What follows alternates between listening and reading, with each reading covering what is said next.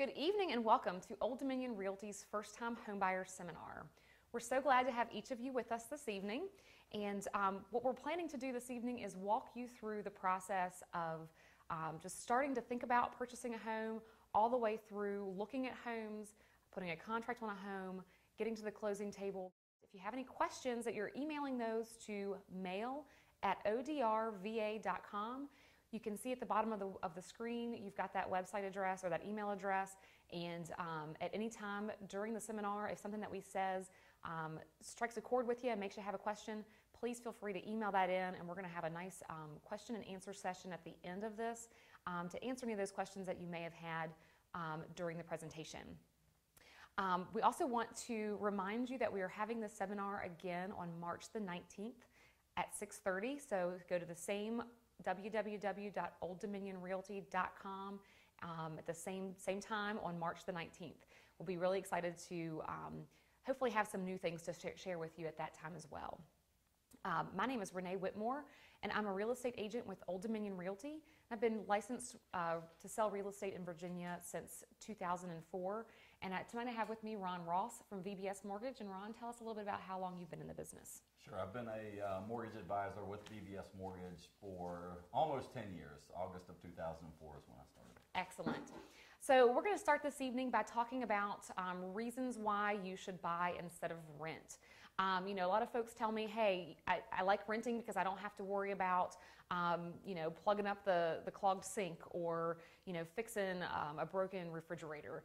Why should I buy? I don't want to have those things hassling me all day long. So we're here to tell you that the list of pros of buying your own home is way longer than that list of cons that you might have running through your head. So I want to tell you the very first few things that we're going to talk about are a lot of financial benefits of owning your own home. You might think, oh gosh, getting into a new home is going to be so costly and that sort of thing, but we're here to tell you that it is a good investment, a good way to start building your wealth. So the very first bullet point there is that owning your own home is an investment. It's basically a way to help you build your wealth and to help buy a larger home in the future when your family grows and your needs change. So basically how that works is by bullet point number 2, you get future appreciation in your home. As you own the home, hopefully the value of your home will actually go up, and you will be able to sell that home for more than what you paid for it at this given point in time. So basically you'll have a lot of equity in that home, and you'll make a profit at the end that you can turn around and use as a down payment on you know, a larger home for a growing family. There are also some tax benefits to owning your own home. You can deduct some of the closing costs or the costs of purchasing the home you can deduct, as well as some interest. Of course, we are always going to tell you to contact an attorney, your tax preparer, to talk to them about what kind of tax benefits you can have. Ron, anything that you want to add to that about the tax benefits? There are some definite tax advantages when purchasing a home, particularly the first year you purchase the home. So it's definitely advantageous to you to talk to somebody and get the max that you can out of the deductions. Absolutely. One other thing that you're going to want to consider when purchasing this home is the amount that you're paying right now in rent. In Harrisonburg City, you're looking at about an average of $1,000 a month in a rental payment. And that is going to your landlord who is paying his mortgage payment on the property that he buys. So you may as well be taking that $1,000 and putting it towards a mortgage, a monthly mortgage payment for your own home. And Ron, when we're looking at $1,000 a month that they're paying towards rent, if they're putting that $1,000 a month towards a home, what kind of purchase price can we expect that to be? Yeah, there's different variables that determine what your final payment's going to be. You know, depending on what loan product you pick, things like that. But if you take some of the averages today, the typical first-time homebuyer programs, average rates, things like that, you're probably looking somewhere in the $150,000 range. Fantastic. So the house that you're probably renting right now for $1,000 from your landlord is probably in that range. So definitely talk to your real estate agent and figure out kind of what you can expect to purchase in that $150,000 range, and you know, start building up your equity and start building up more money for a down payment for your future. Also, some on this list of things that are good benefits to owning a home and actually purchasing right now is the historically low interest rates. I'm going to let Ron tell you a little bit about how interest rates right now are way lower than they've historically been. Sure, and over the last few years, rates have been lower than they are now. You get some feedback that when you tell somebody that rates are in the mid-4s or something like that, it seems high, and that's relative to what it has been over the last few years. But historically, these are outstanding rates. With home prices down and rates down, it's really kind of a perfect storm for purchasing a home right now. Absolutely. I know a lot of my buyers right now, their parents are telling them, hey, when your mom and I first purchased our first home, we were paying 12, 15, 18% in interest. So when you're looking at 4.25% or 4.5% as your interest rate today, that doesn't even compare to what our parents may have paid with their interest rates. Along those same lines, as Ron mentioned, home prices are at a really nice level as well. So you can get, like you said, the perfect storm of low purchase price and low interest rates. And hopefully that'll help you, again, build that wealth and help get a little bit more value in your home so you can sell it in the future and buy a nicer, bigger home for your family. And then we come to the very last bullet point here, which is my very favorite reason for owning a home. It's that ownership, that pride in ownership that you can have. It's yours. You don't have to, move out next year and make sure all the walls are painted white again. You don't have to lose that security deposit because maybe there's a stain on the carpet. You can paint any wall in that house you want, any color you want. You can change the carpet. You can get new appliances. You can upgrade things. You can really make it your own and have a place that you can call your own. So my very favorite reason for purchasing a home is just that pride of ownership, that it's yours and you get to do with it as you want. So as we talk about, reasons why renting is maybe not quite the best way to go, and as you decide that buying might be the best course of action for you, the very first step that you'll want to consider taking is going to your lender, going to see Ron, and talking to them about getting pre-qualified. And Ron, will you take us through the steps of how someone can contact you and what that process looks like? Sure, yeah, the pre-qualification process is extremely important. There's going to be a lot of things that are determined in the pre-qualification process, whether we can get you approved for a loan or not, if we can get you approved, how much we can get you approved for. So the first step of the pre-qualification process is actually filling out an application. There are several different ways you can do this, and it really depends on your schedule, your comfort level, and how you want to do it. You can go online, submit an application online to us. You can call us. We can have a conversation and via phone get all the information that we need. Or we can set up an appointment. You can come in and sit down and talk to us. A lot of people are most comfortable in a face-to-face setting, and especially when you're going over something as important as the home buying process. So any of those ways to get us the information is perfectly fine.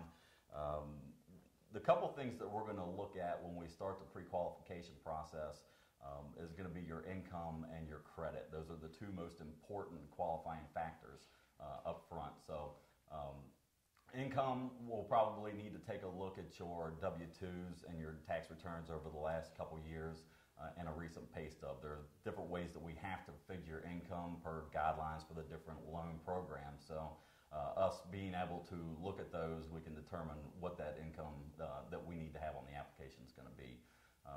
The next thing is the credit. We'll need to pull your credit. Your credit scores are going to be extremely important. A lot of the mortgage industry is very credit score driven right now. So evaluating credit in that sense, and any bills that you have that show up on your credit report, we'll transfer those over to the application so we can determine an income to debt kind of ratio, things like that.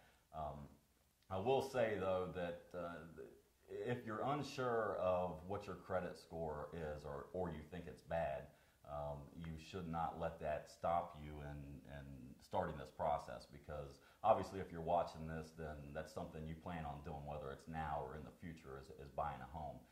Your credit score is very important. Your credit situation is very important. So you don't have to have perfect credit right now to purchase a home.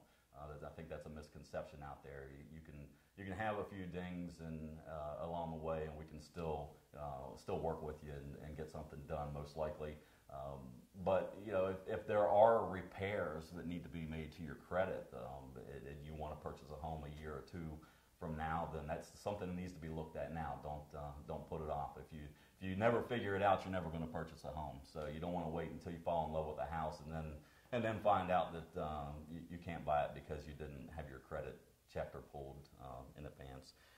Once we evaluate your income and your credit, we'll then discuss, if we've determined that we can get you pre-approved for a loan, we'll discuss the different loan programs out there, what probably is best for you, what may suit you best. And at that point, we can issue a pre-approval letter, a pre-qualification letter, and give that to you and your realtor so they know that you've taken the step of making sure your finances are in order and they can take you out confidently and show you some houses. Absolutely. And that pre-qualification letter, like Ron said, is really important to have. When we're taking our buyers out to take a look at houses, we like to have that pre-qualification letter in hand because it makes everybody feel really confident that what you're looking at, especially the price range that you're looking at, is going to be something that you're going to be approved for. And then once you find that house that you absolutely love, it's in that price range that we've talked about, and you're in that contract and offering process, the seller is going to know that you are a solid buyer, that you've been you've been approved, you've been pre-approved for the loan, and that basically they're not going to have any question on whether or not you can get financing for this property. So it's really important to have that pre-qualification letter up front before you start looking, so that you can be super confident in your buying ability. And that brings us to a lot of folks asking, how much money do I need to purchase a house? How much money do I need in the savings? How much money do I need in my checking account? Really, how much out of pocket is it going to take to buy a house? And for a lot of people, it can be a lot less than what you'd expect. Ron, I think a lot of folks think that you need 20% down or 10% down for down payment, and that's just not the case anymore. For down payments, Ron, what kind of down payments are we looking at? Yeah, that is a big misconception that's out there right now, is that you need a large chunk to put down in order to purchase a home. But there are 100% financing options still out there. There's several of them, and they're not risky, crazy type loans. They're all government insured loans that are 30-year fixed rates, that type of thing. So you definitely can purchase a home without putting any down payment. Fantastic. So as far as down payment goes, you may or may not need any out-of-pocket cash for that. Earnest money deposit is the next point on our presentation here, and a lot of folks say, "Hey, what's an earnest money deposit? I don't understand. What is this? I don't get it." What an earnest money deposit is it's sort of like your security deposit that you put down with your landlord when you go to lease a property. It's just kind of held as security, or as like good faith that that you really are interested in this property, that you really are going to do everything that you can to ensure that you buy the property. This deposit is something that you will be credited back with at the end, at closing. So you will be getting this money back. It's not just out of the pocket and you don't ever see it again. It can go towards closing costs. It can go towards your down payment. Or in some cases, it may be something that's given back to you directly, via check or something like that. Another cost here involved is closing costs. So a lot of folks say, "Hey, how much am I going to need to close this loan? Like, what is it going to take for me to actually purchase this house? You told me I don't need anything for down payment, but what am I going to need to get me to that point?" And closing costs are something that either you can pay them all out of pocket yourself. That's totally fine. Or you may even ask your seller to help assist you in paying those closing costs. So, Ron, what can we expect as far as closing costs? What kind of costs can we see involved there? Yeah, there's a lot of different costs that are included in the closing costs. That's something during the pre-qualification process. Once we determine we can get you a loan, we'll go through a lot of what a lot of those costs are. But as far as just kind of a general rule of thumb, you're looking at, and the higher the loan amount, the higher the purchase price, the less this percentage is, but somewhere around 3% is the rule of thumb on the closing costs, what they might cost. Excellent. And that 3% obviously only applies if you're paying them. If we somehow negotiate for you a seller paying your closing costs, then how fantastic is that? You haven't had to pay anything for a down payment. You have a minimal amount for your earnest money deposit, and you may not have to pay anything for your closing costs. So far you've had very little money out of pocket. Next, we come to inspections, and inspections can vary depending upon what you want to do. So you are going to have some required inspections, such as an appraisal inspection. Ron will actually talk a little bit more about the appraisal inspection later, and that's basically just something to determine the value of the home. The bank is going to require that this is something that is done, for the loan purposes. Other inspections to consider are your home inspection, as well as maybe other inspections like radon inspections and that sort of thing. Your real estate agent will definitely walk you through, getting those inspections, how much they cost. They definitely vary, cost-wise, vary pretty greatly depending on who's doing the inspection, how large the house is, and that sort of thing. Also on this list is repairs. So there may be some repairs that you are going to deem necessary for you to live in the house. You may think that you absolutely need to replace the carpet. You also may need to do some repairs in order for the loan to be processed and approved. So there may be some items there that are going to cost you before you actually own the house as well. So we've talked about the down payment, and we've talked about closing costs. And I know we talked a lot about the 0% down, maybe not having any down payment. So Ron, will you take us through some of those 100% financing loans and talk to us about the loan programs that you guys may offer? Sure. We have several different loan options that are available, and I guess I would start by saying this, that they're never a one-size-fits-all type thing. It's what may work for one person may not be the best loan for another. Your buddy down the street might have got a loan that that he says, well, you need to do this. Well, you may or may not qualify for that loan for whatever reason, or it may not be the best fit for your situation. So there are several different options, and we'll go through that during the pre-qualification process. Some of the 100%, or what we see a majority of the first-time home buyers fall into in the 100% range is the USDA loans, or VHDA. USDA just stands for the United States Department of Agriculture. It's just, it's just a government-insured loan. There's some stipulations that come with that. They have to be properties in the county. They can't be within the metro areas of Harrisonburg, Winchester, some bigger places like that. It's fine to be in like towns of Broadway, Timberville, Bridgewater, Dayton, things like that are fine. It's just within metro city limits usually are where you can't purchase property. There are different income limits on some of these programs, specifically USDA and VHDA. The VHDA is the Virginia Housing Development Authority. It's basically a Virginia specific type loan, 100% financing. There are sales price limits and income limits there as well. If we move to the next slide, you see the FHA. FHA has some different things that make it advantageous. FHA does require a 3.5% down payment. However, those can be gift funds. They can be gifts from close friends or relatives, in-laws, things like that. Closing costs can be gifted. Again, the down payment can be gifted. There are loan amount limits in Rockingham County. In every county, but specifically Rockingham County, I think, is $277,100. So as long as your loan amount doesn't exceed that, you can qualify for an FHA loan. VA loans are really the best 100% financing option out there. However, not everybody qualifies for a VA loan. It's not open to everyone.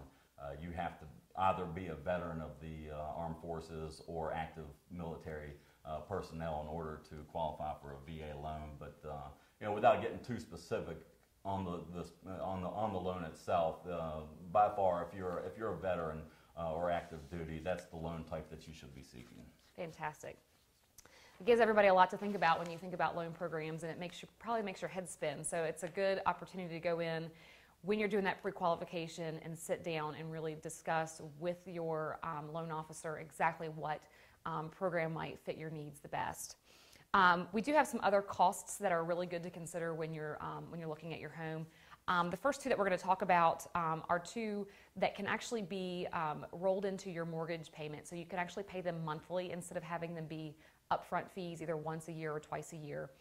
The first one is your homeowner's insurance. And as long as you're getting a loan on the property or a mortgage on your property, this is going to be something that's required. You're going to have to get homeowners insurance. And again, this is something that can be set up to, instead of being paid, the premium being paid once a year in one great big lump sum, you can actually budget it out, every month, paying a little bit on that. The other item here is the real estate taxes. These items are due twice a year to your municipality that you're living in, whether it be your county, your city, or even your towns that you live in here. However, again, these items can be put into your monthly payment and paid every month. Ron, did you want to talk a little bit about how they can set that up with you? Yeah, that's something on most loans are required unless you're putting 20% down. So, and it's something we'll go over specifically when we talk about your payment, talk about the closing cost, how all that's done. But these are what are set aside in what's called an escrow account. So you really won't have to do anything with them once you just have to know kind of what they are, and basically what it is, the annual premiums are divided by 12, and that amount is taken out per month to pay those taxes and insurance in the future, so you don't have to. It's a great way to help budget yourself, and it's a good budgeting tool that they've put into place to help you do that. Some other items to consider when you're purchasing a home, obviously utilities. We all need electric and we all need heat, so how much is that going to cost you a month, and how can you find that out? One really nice thing about working with a real estate agent is that they can ask these questions for you. They can help you figure out what your monthly electric bill is going to be, and whether or not you've got, gas, natural gas, propane gas, or if you've got maybe oil to use as your heating source. A lot of times what we can do is we can go back to the listing agent or to the seller and say, hey, what have been your average utility costs here, and then help you with determining if that's something that you can afford.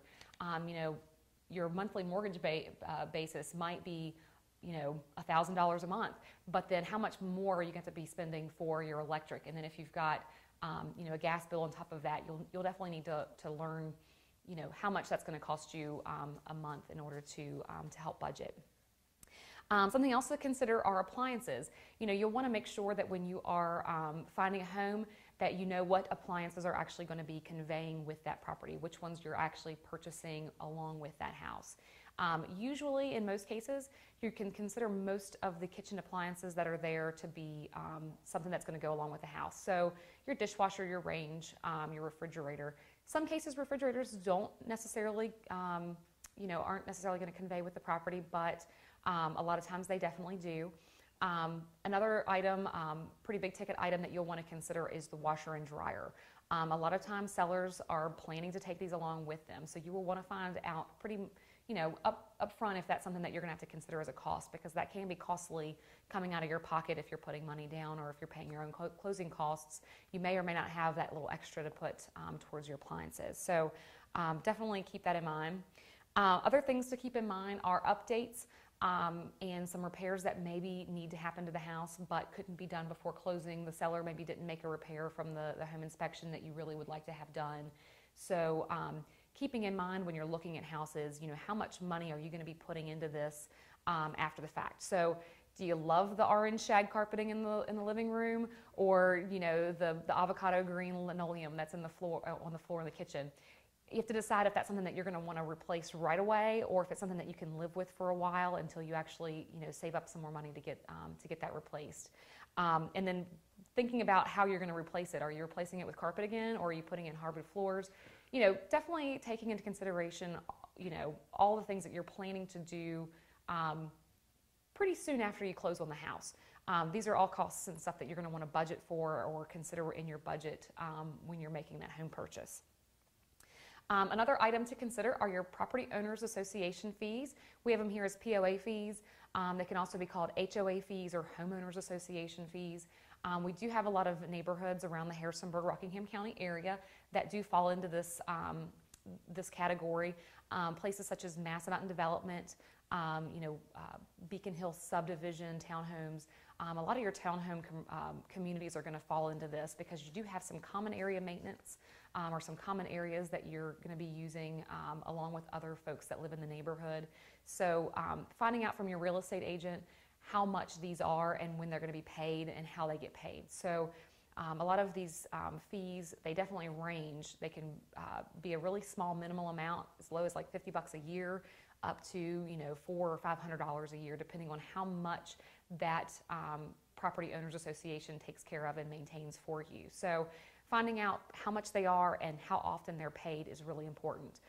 They can be paid monthly, bi-monthly, quarterly, yearly. So finding that out is definitely something else to look at and to budget for. Kind of the last fee that we have here are moving costs. So this is something else that can vary pretty greatly depending on how you plan to move. Whether or not you're going to be buying some pizzas and some Cokes and inviting all of your buddies over to help you fill up their trucks and take your items from the house you live in now to the house that you're buying, or whether you buy or have a professional moving company come in and help you. So that can be something also to consider, is how much money you have to spend on getting your items from the current place that they're in, whether that's an apartment or townhouse that you're renting, or whether it's mom and dad's house or something like that too. So definitely keeping all of those costs in mind are super important to help you budget to purchase this house.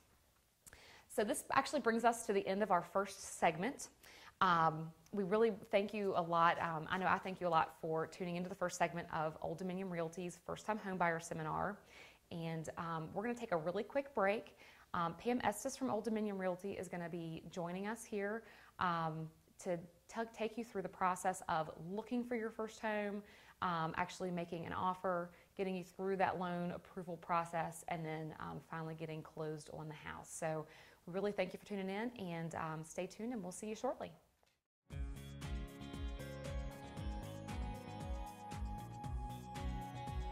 What do all these people have in common? Potential home buyers. So whether you're a first-time home buyer or an experienced one, let Old Dominion Realty help you with your real estate needs. Old Dominion Realty, built on integrity with proven results. Contact us at odrva.com or call 1-800-296-2455. Your home is the biggest investment you'll make in your life, and choosing the right real estate company is the first step. Old Dominion Realty has unparalleled experience and expertise in the real estate market. Simply stated, we are built on integrity with proven results. Old Dominion Realty. Experience the Old Dominion Realty advantage. Call, click, or stop by to connect with one of our experienced agents. Old Dominion Realty. Built on integrity with proven results. This one's great, but we need 4 bedrooms. I like this one, but there's no basement. This one's perfect. At Old Dominion Realty, we put industry-leading technology in the palm of your hand to help you find the perfect home. Wherever you are, whenever you want. Old Dominion is there with the information you need to know. Old Dominion Realty, built on integrity with proven results.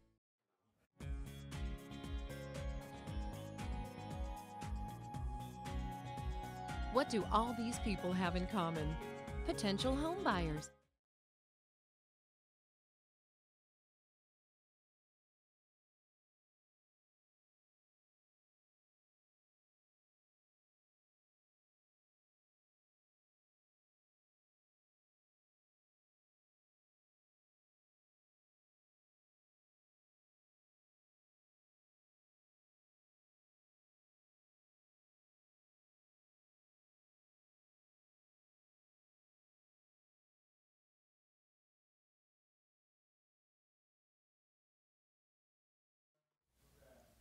Welcome back to Old Dominion Realty's First Time Home Buyer webinar. We thank you so much for joining us and look forward to having a conversation. My name is Pam Estes. I've been a real estate agent for 26 years with Old Dominion Realty for the same amount of time. I've been with Old Dominion for 26 years. And welcome with me is Ron Ross. Ron, could you introduce yourself, please? Sure. Again, I'm Ron Ross with VBS Mortgage. I have been a mortgage advisor with VBS since 2004. Great. We're so glad that you have joined us, and so glad that those in the audience have joined us as well. We look forward to receiving your questions. If you look at the bottom of the screen, you'll see mail@odrva.com. We welcome your questions, your comments. Please engage in conversation with us. Our first part of our conversation in the webinar was dealing with pre-approvals, getting yourself approved in order to be able to purchase a home. Most important first step, so that we know exactly how much money we have in our pocketbook. That is, again, the most important step that we get started with. Once we've done that, then we have our pre-approval letter that the mortgage lender has emailed to you and has also emailed to me as your buyer's agent, so that I know the price range to stick with. I know what closing costs need to be asked for from the seller, if we can get that from the seller, and we're off for shopping. And you say, how do we go about shopping for our new home? Well, there's many different ways. With technology, the shopping experience has changed, but I still start with my buyers at the conference table with our list of desires and needs of what we want in our home. Now, Ron has told us what the purchase price is to be, and if we can find it for less than that, that's great. So we start with our purchase price, and then we go to the location. Sometimes elementary schools, we search as limited as elementary. We have some parents that say, no, I just need a high school that I need to stay with. We talk about number of bedrooms. We talk about number of bathrooms. Do we need a basement, or is that something we'd like to have but we don't have to have? How about a garage? Is that of importance to us? So we put those items in, and I have a software program that I trigger with all of your search criteria. I plug that in, and I get results back when new listings hit the market. Once I receive that hit, I will email you, I will text you and say, hey, got a new listing, got a price reduction, take a look at it, let me know if you want to see it, and off we go.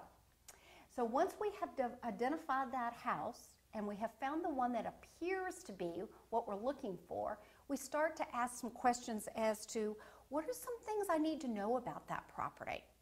Well, as a first-time home buyer, it's of utmost importance for you to know the age of the roof. How about the age of the heating system, so that you don't have a surprise that in 1 year the furnace blows and you have to come up with money in order to keep your family warm. So we want to know age of roof, we want to know age of heating system, we want to know age of the water heater. That's important. One of the things that I ask listing agents when I'm representing purchasers is, please talk to me about the age of the roof. Talk to me about your basement. Do we have a water issue? In heavy rains, does it flood? Those are the kind of things that I think a buyer needs to know when it comes to purchasing their home. Once we do that, we start to prepare a document. I have so many people that will say to me, I understand, Pam, it must be so much fun to have your job because you get to look at all of these beautiful homes. I do see a lot of beautiful homes, but that's not my job. My job is to hold your hand from the time that we get pre-approved to the time we close, through preparing the documents, suggesting inspections that you may want it to do. That is what my job is to hold your hand through that process. We want to keep everything on track. We want to talk about what inspections are important to you. Home inspection as a buyer's agent, I suggest that. Are home inspections, Ron, mandatory with loans? They are not, actually. We don't even need to see the home inspection, although it's obviously something that people want to consider because they want to know that the home they're purchasing is in the shape that they want it. So not a mandatory inspection, but highly suggested inspection. Radon. Some people are concerned about radon gas. I think you've seen an awful lot of that advertisement on television and publications. So you might want to research that a little bit and see if that's of importance to you. Well and septic inspections. Now, a well and septic inspection is typically paid for by the seller, along with termite inspections. We commonly call them termite inspections, but really they're a wood destroying insect inspection, like termites, powder post beetle, carpenter ants, things of that nature. Again, those three items are typically paid for by the seller. From a lender's point of view, Ron, are well and septic inspections mandatory? Not on all loans. They are required on some types of loans, but not every one of them. Okay, all right. So we go through those contracts, we look at all the documents, and then we decide, you know, I think I'm ready to make an offer. So again, we meet at the office, and we decide it's time to make that offer. What are we going to offer? What price are we going to offer? one of the very first questions I have many purchasers ask me, whether it's a first-time home buyer or if you've bought your second, third, or fourth house, is should we offer assessed value? Does that have anything to do with market value? It really doesn't. It's an old cliche that people think it does, but typically it doesn't. We sell homes for assessed value, but we sell homes for below assessed value, and we sell homes for higher than assessed value. Assessed values have to do with real estate taxes that Ron has talked about that he escrows in most loans. But it does not have to do with market value. So how do we determine what market value is or what price we're going to ask for that house? Well, let's say, for example, we're looking at a brick ranch in Bridgewater. So what we might do is we might look at some solds that have happened on Pope Street, maybe Westview Street, look at a brick ranch or two on Green Street, and typically we kind of go back on those comparable homes or similar type homes in about a 3 or 6 month time period. Now, how does that fit into the lending? Does a 3 or 6 month time period work for most appraisers? Yeah, that's optimal. Is the 3 to 6 month range? During the appraisal process, if they're within 12 months, we can usually work with that. But 3 to 6 months would be optimal. Would be perfect. Absolutely, absolutely. So again, we look at those similar homes on Pope Street and Green Street, and if they're larger, we make adjustments. If they're smaller, or ours have a garage and the one on Westview Street doesn't, so we make adjustments to that. And that, as a buyer's agent, is what I do. Is I hold your hand and guide you through that process of evaluating what price you feel comfortable with. At the same time, we talk about the closing costs. Now, Ron has already said to me in an email, Pam, when you're working with Mr. and Mrs. Jones, it would be helpful if they could have some closing cost assistance with the sellers. So we usually put that in the contract as well. We talk about inspections, we talk about financing, and one of the things when it comes to financing that I encourage most of my buyers to put in their contracts, and that is that the appraised value, again, not the assessed value, but the appraised value must be equal to or greater than the purchase price, because most purchasers don't want to pay more than what the appraised value is. How does that link up with lending? Yeah, absolutely. The appraised value is very important. If the appraised value comes in above the purchase price, we have no issues. Obviously, if the appraised value comes in below the purchase price, at that point, we either kick it back to you guys to renegotiate the contract or discuss the option of them bringing additional money to closing, or I guess the ultimate decision whether they want to proceed at all or not. Absolutely, makes sense. So my buyers will say, okay, no, we're going to make this offer, Pam. Now we'll pay a little bit more, but will they counteroffer or just tell us no? Well, they could tell us no. They could accept our offer, or they could make a counteroffer. And so I take it to the listing agent and wait for him or her to respond back.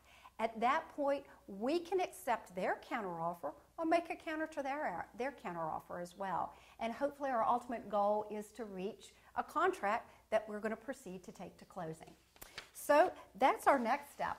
Let's assume we've reached a contract stage and we're working on our home inspection. We're getting that out of the way. And we're working on our loan application. At that point, the purchaser goes back to Ron and gets to work with what needs to be done from a loan. So can you explain those things for us, Ron? Sure. The signed contract is actually what triggers the loan application process from there. Before, everything we've done up to this point has just been a pre-qualification. Now it's time to back up everything that we've said, send it into underwriting, and get a loan approved. So there's really, the process is broken up into a few different things. The application, where you come in, sign the paperwork, the processing, the underwriting, and then the closing. Initially, what we'll do is set up an appointment for you to come in. We'll go through the paperwork, sign all the necessary disclosures to get the loan in process. The documentation that we'll require at that point, some of it I would have already gotten: the W-2s, the pay stubs, the tax returns, things like that. We'll also need to have 2 months worth of bank statements, retirement statements, and then also copies of your driver's licenses, things like that. assuredly, throughout the loan process, we're going to be asking for more stuff. It's just kind of the nature Yes. of the beast in Yes. lending right now. So that won't be all you need to provide, but that's what we'll need to provide up front to get everything started. Wonderful. Once we do that, then we'll discuss rates. You know, rates are changing every day. They go up and down. A lot of things determine what rates are doing. So that'll be a discussion that we won't get into now, but at that time, you can decide whether you're comfortable with locking in your rate or allowing that rate to float, so to speak, until you're comfortable with locking in. But those are decisions that will be made at that point when you come in to sign an application. Once we have the application signed, we then submit everything to the processing underwriting part of the loan. My processor will do some initial things such as ordering the appraisal. As we discussed earlier, the appraisal is different than the home inspection in the sense that the home inspection is only for your purposes, whether the home's in a condition you want to purchase it in or not. The appraisal determines the value, and I think we've discussed how the value is determined, but the appraisal will note any major flaws with the house, but anything outside of that will be found in the home inspection. So the appraisals will be ordered at that point. I do have some questions. The questions Sure. are coming in, and I want to stop you on that because we have one question that has come in with regard to the appraisal. Okay. And it says, my Uncle Tom is an appraiser locally in the Harrisonburg area. Can I hire him, because he'll probably do it for free for me, to do the appraisal on my property? Well, I guess I'd answer it like this. We can't use that appraisal. It's legally we have to use one of our approved appraisers that are on our list. We have to pick them on a rotating basis. It would really be money that is wasted at that point because we wouldn't be allowed to use just anybody's appraisal. It's something that we have to order in our name. Understand. Have another appraisal question that has just come in, and it says, what happens when the appraised value is not equal to or greater than the purchase price? What then happens? Well, as a buyer's agent, most buyers do not want to pay more than the appraised value for the property. So we go back to the listing agent and say that the appraised value has now come in at this amount, and we're willing to pay that but not pay for more than that.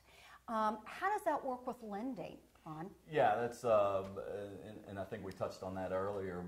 Is if the appraised value is at the purchase price or above, everything's fine. Otherwise, renegotiations and things of that nature need to take place. Sure. But we definitely base everything off of the lesser of the two, either the appraised value or the purchase price. Okay. Fielding, just one more question before we move Sure. on, and that is, I have heard the term underwriter so many times. Can you explain to me what an underwriter is? I don't understand. Yeah, absolutely. An underwriter is essentially somebody that works for us, BBS Mortgage. Part of what happens is once the loan is processed, we order verifications of employments, appraisals. You'll go out and search for your homeowner's insurance, things like that. Once we have some of these things in place, it is sent to the underwriting department. The underwriter is a person who then evaluates everything in that loan package. They make sure that everything in that loan package meets the guidelines for whatever loan we're trying to qualify for. So they break out your income and make sure that it's figured correctly. They'll again verify your employment to make sure that the pay stubs you're providing, you're actually working with that employer. And then they'll review the appraisal to make sure that the value is there and it's supported by different things. So they're really there to put their stamp of approval on the entire loan file in accordance to the guidelines that are set forth by FHA or VHDA or USDA, whichever loan you decide to go with. So. And it is, I want to mention this too, that it's very important that, at the end of the loan process, we will be verifying and re-verifying different things, whether it be your bank account or your employment. Definitely your employment's done always right before closing. So throughout the entire process, it's extremely important that you keep your financial situation as close to as close to what it was at the beginning as it will be at the end. So if I find that special sofa, should I wait till we've closed on the house before I buy that sofa? I would recommend it, yes. It's definitely dependent on what you're, if your income supports it, it may not be a big deal. You should never do anything like that without discussing it with your lender. But if you're on the verge of whether or not you are, may be approved for a loan or not, income-wise versus all your debt, if you add more debt on, that's could be very detrimental. Understand. Yeah, Good advice. The sofas can come later. Okay. So once everything has been looked at, the stamp of approval is on everything, then our underwriter issues a clear to close, and we're free to buy a house. Wonderful. That's when we start. We haven't started a party yet, but we're getting closer to it. And even first-time home buyers will say to me, Pam, how long does this process take? Well, it could take a week to find your special home. It could take a year. So we don't have a time limit on that. But when it comes to loan approval and then clear to close and actually going to the closing table, is it true, Ron, that it takes about a month depending on the type of loan? Yeah, that's pretty accurate. Depending on the situation, we can try to get things done quicker. It may take a little longer. There are certain loan types out there, specifically USDA, that has to go through a dual underwrite kind of thing. So it takes longer to close them than it does, an FHA or a regular conventional type loan. Sure. But yeah, that's a fairly good time frame. I know things have changed. I know grandparents, when they're helping their children, maybe by giving them gifts for closing costs and things of that nature, they're astounded with the paperwork that the grandkids have to go through and the time period that it takes to close a loan. It's not like it used to be. It's not a one-page document and handshake. It takes a while, and that's why you deal with professionals. Yeah, and it's definitely a lot different than it used to be in that sense. I tell people that when they're sitting down with me at the pre-qualification or the application stage that you're probably going to be irritated with me as much as I ask of you through this process, but it's just the process. It's the process and the way it is. Absolutely, understand. So what do we do we've gotten our clear to close from Ron, which is what we've been looking for. We're going to start to review and sign the documents. And what's our process there, Ron? As far as the closing documents, what happens once our underwriter has approved everything, we send it then to the closing department.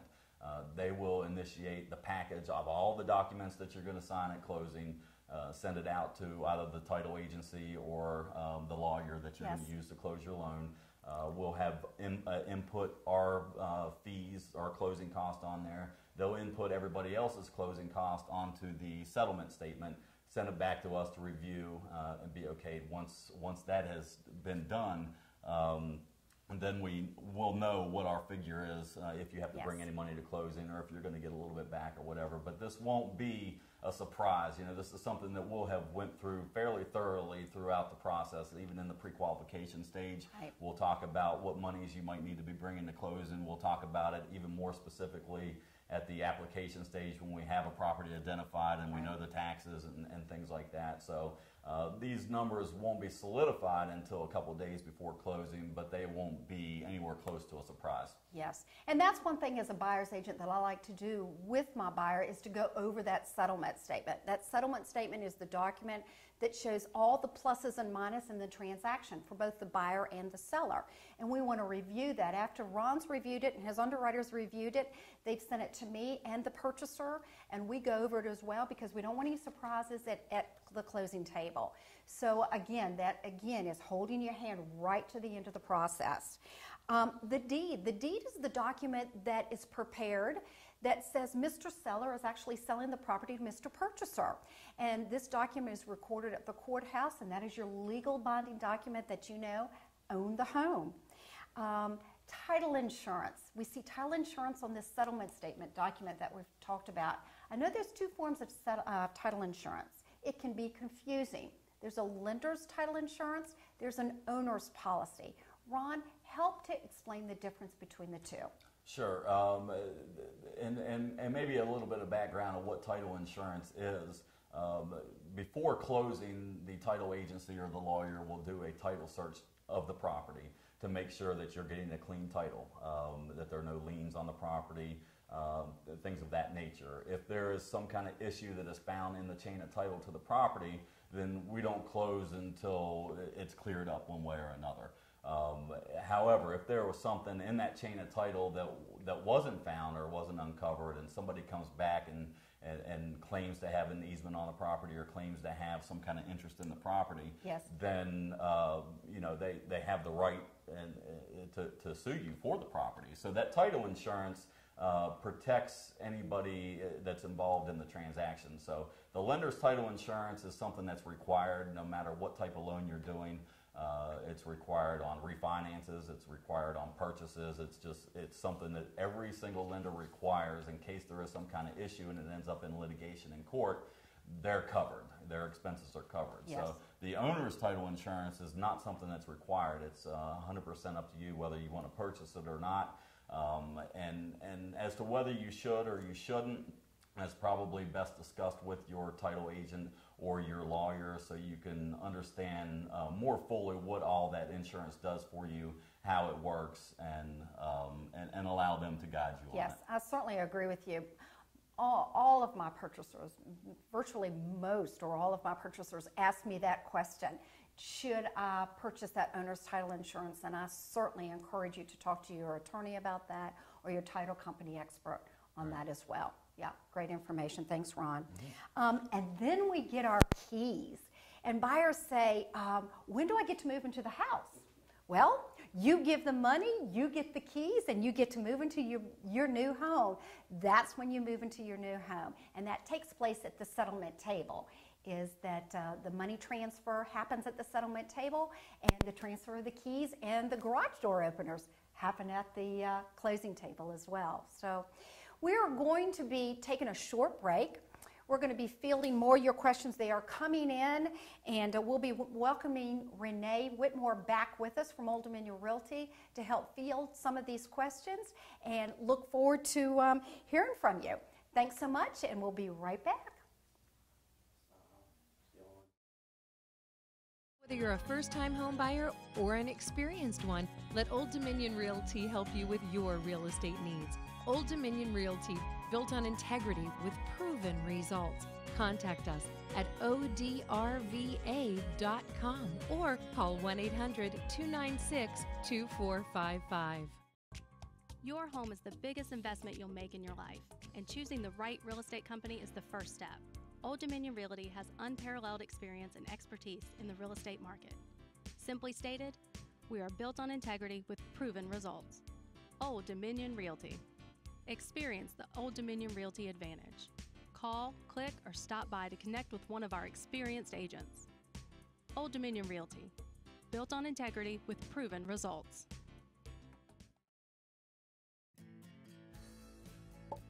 This one's great, but we need 4 bedrooms. I like this one, but there's no basement. This one's perfect. At Old Dominion Realty, we put industry-leading technology in the palm of your hand to help you find the perfect home. Wherever you are, whenever you want, Old Dominion is there with the information you need to know. Old Dominion Realty, built on integrity with proven results.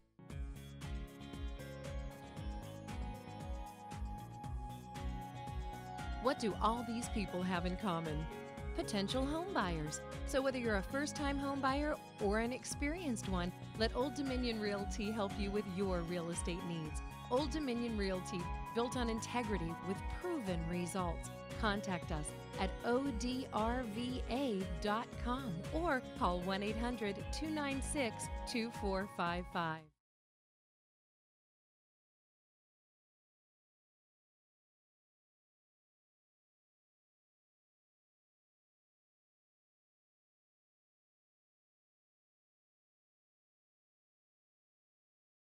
Welcome back to our Old Dominion Realty First Time Home Buyers webinar seminar.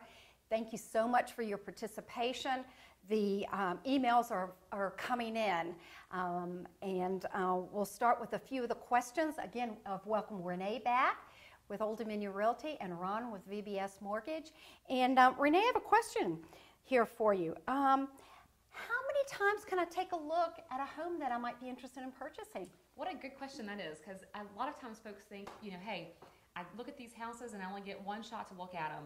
And what I like to do with my buyers is take them through the homes, because usually they have a sizable list of homes that they want to look at up front. So I tell them, hey, we've got 7 or 8 houses here to look at. Let's make this a quick, little jaunt through, and let's get your first impression of the house. If you like it, let's put it on that short list.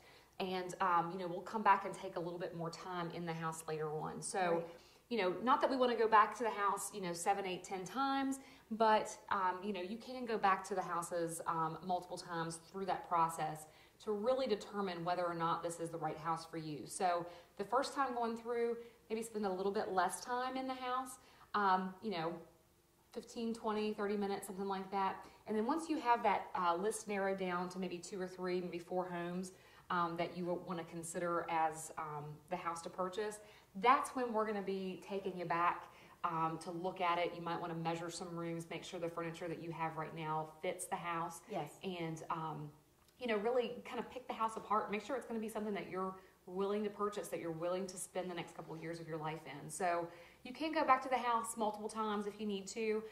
We try, especially if the house is owner occupied, we try not to displace that owner too often. But I think if you're serious about purchasing the house and they feel that you're serious, they're pretty excited that you're there and that you're coming back for a second or third showing. Absolutely. So. We had another question that came in with regard to commission. They say, Pam, how do you get paid? I've heard the term buyer's agent mentioned many times in our webinar today. And as a buyer, do I pay you, Pam? No, typically no. In real estate, you have agency, and that's a big part of who represents who. You have seller's agent, which I have called a listing agent, and you have buyer's agents. Typically, in a standard transaction, the seller pays for the commission, pays the commission to both agents. Even though the seller does not have representation from the buyer's agent, I represent my buyer, but the seller does pay the commission. So to kind of set your budget at ease, typically the buyer does not pay for the commission. We have a sample question that has come in, and it's, what is private mortgage insurance, Ron? Could you help explain that? Because that's a complicated topic. Could you explain that for us? Yeah, mortgage insurance is basically something that you're required to negotiate one way or the other if you don't have a 20% down payment. There are ways that you can get out of mortgage insurance. Some different loan types that can change the factors and things like that. But essentially, mortgage insurance does nothing to protect you. It is just an insurance that in case you were to default on the loan, the mortgage insurance company has insured a certain portion of the down payment that you didn't make in case the lender incurs those losses. Okay. So the mortgage insurance really is only beneficial to the investor if you were to default on your loan. It does help you in the sense that you don't have to put 20% down anymore. It used to be back in the, 70s, 80s, that if you didn't have a 20% down payment, you couldn't get a loan. And now you can put Yes. no money down, you can put 3.5% down, you can put 5% down, but you are required to deal with mortgage insurance in one way or another. Okay, thank you. We just had a question come in, Renee, that I'd like for you to answer if you would. Okay. And apparently it's coming from someone who lives in a townhouse as a rental, and they want to know, how are they going to transition from their rent to closing on their home? How long does that take again, and how are we going to avoid maybe paying rent and your mortgage payment at the same time? Sure, and I think that Ron will probably help us a little bit with this one as well, because normally what happens is, you'll have to give your landlord 30 to 60 days, depending on what your lease agreement with them says. So you're going to give them some sort of a notice that you're going to be moving out. So assuming that you're able to do that, let's say you've got to give them a 30-day notice. So a lot of my buyers definitely ask, when do I give that 30-day notice? I don't want to be homeless and I don't want to have to pay extra. So a lot of times what we're doing is we're coordinating with the lender, with VBS Mortgage, with Ron, to make sure that you're not giving that notice too soon, and to also make sure that you're not going to be, doubling up or kind of having two places in limbo at the same time. So, if we assume that we're kind of in a traditional like FHA type of a loan where, it can take about 30 days to close, I would say that once we get through that home inspection process and we've made sure that if there are some repairs that need to be made, that we're all comfortable with what repairs are being made or not being made. So I would definitely suggest for anyone to not give any such notice until we've gotten to that point. So you want to make sure that you're actually purchasing and moving forward. So I would say that once you get to that point and the lender's still feeling very comfortable with with the approval and how that's going, then you can give your 30-day notice at that point in time. Now, where I want to bring Ron into this is that a lot of times you're paying your interest for your first month at closing.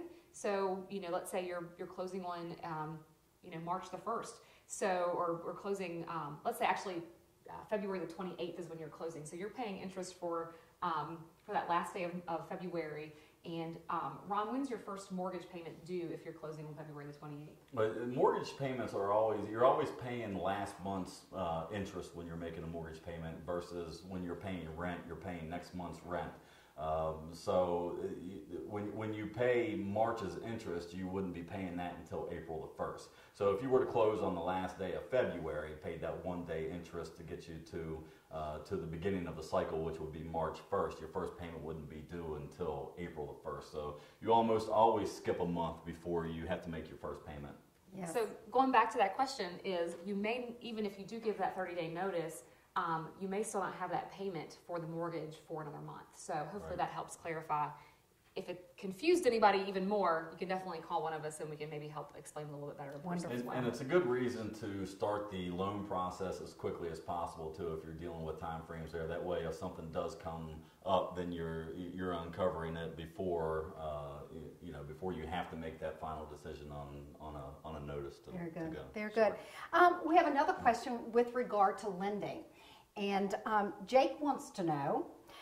What is the best way to determine the price range based on an income? Is there a ballpark formula for you to determine that, or there's more details to that? Yeah, essentially, if you go with the strictest of guidelines, and what you're going to be doing is taking your gross income as your benchmark, not your take-home pay, but your gross pay. 29% of that should go towards your house payment, including your taxes, your insurance, your mortgage insurance, anything like that. And 43% of your gross income should be going towards your house payment plus all your other bills. And all other bills doesn't mean doesn't mean your electric and your phone and your cable and things like that. Only the things that we get off your credit report, such as car payments, installment loans that you might have, credit cards, things like that. So that's kind of, now we can vary from that when we get into underwriting. If you have strong credit and good assets and things like that, then we can exceed those from time to time. But if you're at home just scratching it out on paper, you want to take 29% of your gross income just towards your house payment and 43% of your gross income towards your house payment and all your other bills. Wonderful. I've always said you've got to have money left over to be able to buy pizza, right? Absolutely. Absolutely. You want to be able to live. There you go. You don't want to live on ramen noodles for the rest of your life, right? That's right. And that's something we'll help with in the initial pre-qualification process as well. Taking a look at your budget, trying to determine what, just because you can afford $150,000 on paper may not mean that's where you're going to end up or that's where you want to be. Yes. Your budget determines what your purchase price is going to be. Wonderful. Fielding the questions again are coming in, but we have an awful lot of questions. About 4 or 5 of them have come in with regard to the home inspection. I've heard the term home inspection. Who pays for it? How much is it? Typically, it runs around $300. Money well spent. You'll be pleased. You'll have a report of about 26 pages, and they start and they inspect the roof, they inspect the crawl space, they inspect the dishwasher, the microwave. You'll get your money's worth. So I highly encourage you to do that. Again, around $300, something like that. We get that inspection ordered as quickly as possible, And then if there are some repairs that the purchaser is uncomfortable with, then again, we can negotiate that with the listing agent and the seller to see, this looks good and this looks great, and I'll be glad to fix that. But we see that we might have a problem that the heat pump's not cooling, the air conditioning's not cooling. Could we have the HVAC serviced by a licensed HVAC inspector? And that's a typical thing. So no reason why a home inspection can't be negotiated out and worked through. Just a good thing, I think. So those are our questions for this evening. Again, I encourage you to come back and visit our next webinar, which is Wednesday, March 19th at 6:30, same place to email your questions with. And if we ran out of time and we didn't get to your question, we'll try to field that next webinar, and we're looking forward to seeing you. Thank you again for joining Old Dominion Realty for our first-time home buyer webinar. We'll see you soon. Thanks.